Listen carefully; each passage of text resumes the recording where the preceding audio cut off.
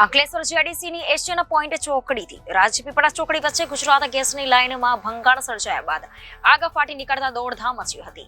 બનાવની અંગેની જાણ ફાયર બ્રિગેડના લશ્કરોને થતા તેઓએ દોડી આવી આગ પર કાબુ મેળવ્યો હતો.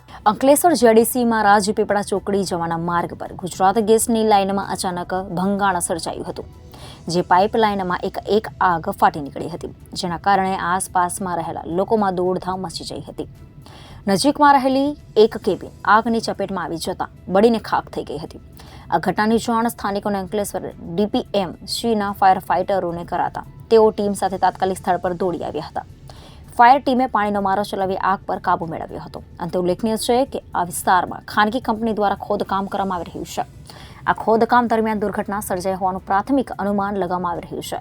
ઘટના બાદ ગેસ કંપનીના કર્મીઓ પણ દોડી આવી સમારકામ શરૂ કર્યું હતું.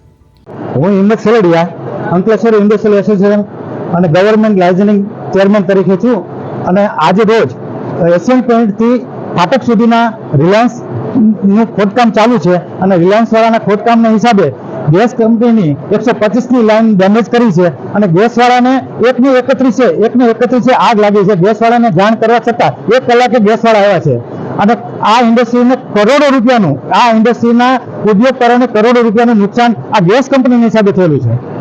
Reporter Viral Gohil, Janadesh news, Bharuch.